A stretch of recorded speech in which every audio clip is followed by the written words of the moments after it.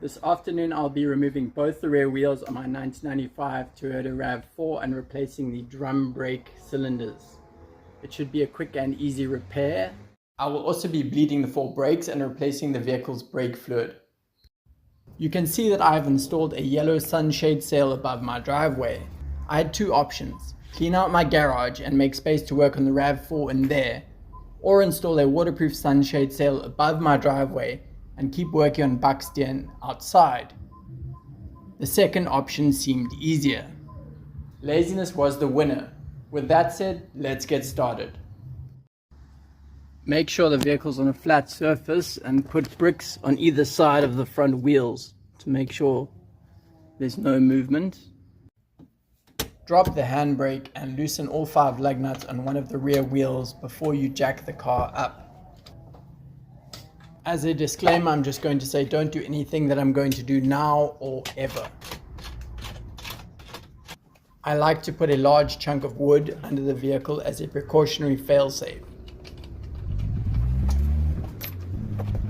Play the drum a few times with a mallet, then it should come off easily. Put a bucket underneath the drum to catch any brake fluid. As you can see, the brake fluid is leaking out on this side of the cylinder. That's why it is being replaced. The brake line attaches to the drum brake cylinder behind the backing plate. You can detach it with a 10mm wrench, or spanner as I call it.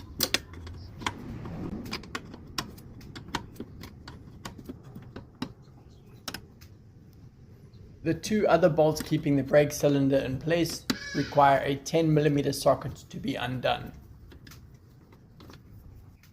A socket wrench would have been a better tool here, but laziness strikes again.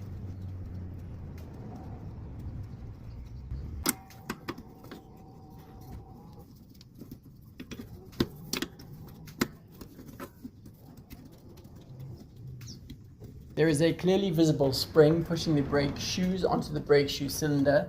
I removed one end of the spring using a pair of long nose pliers. The brake shoe cylinder is now free to retire. Put the new brake cylinder in place, make sure the shoes are aligned, and then pop the end of the spring back in place. On a side note, these brake shoes look unused because they are. I recently replaced them, and I just wanted you to know it's not as if I drive without using the brakes. With the new brake cylinder in place, attach the brake fluid line and the 2 10mm bolts. This is one of those situations that gets messier before it gets clear. Don't worry about the leaked fluid, it will be cleaned up later.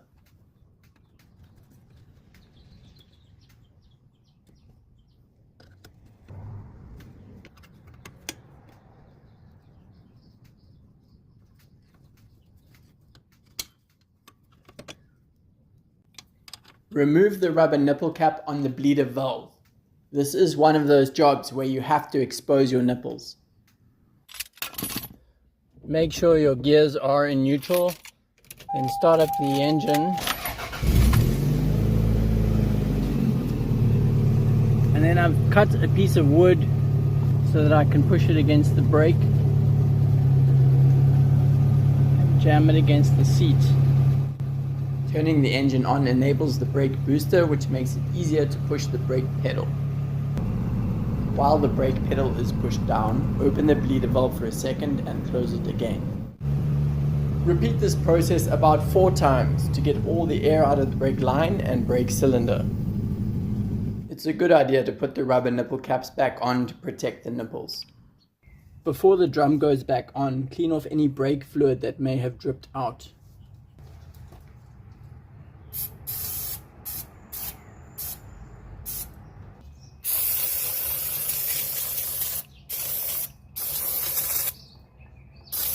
And with the shiny new brake cylinder in place, I'm going to remove the bucket. Slide the drum back on. We'll just top up the brake fluid before we move to the other drum. Grab some brake fluid. You can use .3 or .4 brake fluid with the first generation Rav4's. Caution, keep out of reach of children, harmful if swallowed. Avoid skin and eye contact. Wear PPE. Use in a well-ventilated area. Contains polyalkylene esters. Whatever that means. Be careful. The brake fluid reservoir lid just pops off. Top up the brake fluid reservoir. Moving to the flip side, let's get the other cylinder done. The drum brake cylinder on the other side of the vehicle has been replaced, and now we can move to bleeding the brakes. A 1 liter clear bottle will be used to store the old brake fluid. There is probably an easier way to clamp down a plastic bottle, but I couldn't think of anything else, so I used a giant vise and drilled about a 7mm hole in the lid. Open up your brake fluid reservoir and suck out as much of the old brake fluid as possible with some kind of syringe and put it in your bottle. I've seen people use a baster to do this, but then it's never going to be used on your food again. Top up the brake fluid reservoir with the new brake fluid until it's completely full.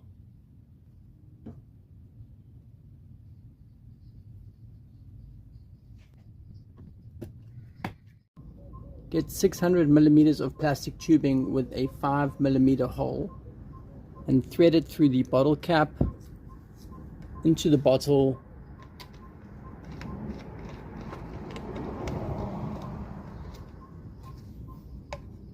and all the way to the bottom.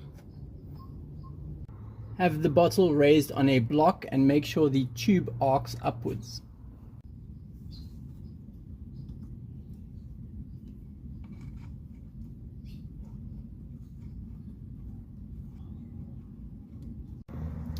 Make sure the plastic tube is tight over the bleeder valve nipple, and then open up the valve with a 10mm wrench.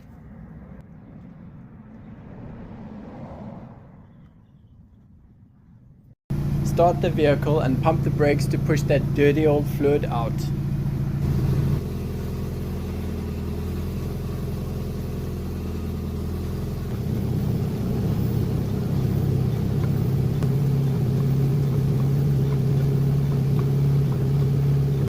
Once the fluid in the tube is clear, you have clearly done enough.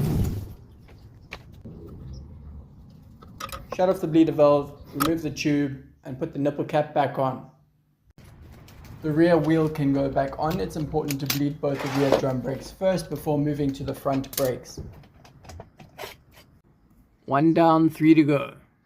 I won't subject you to the same bleeding process. 2 down, 2 to go. Now that the rear brakes have been bled, you can put up the handbrake and remove the brakes. You don't need to take the front wheels off, just turn them outward so that you have room to access the brake bleeder valve. Attach the tube, open the valve, turn the car, pump the brakes. Simple.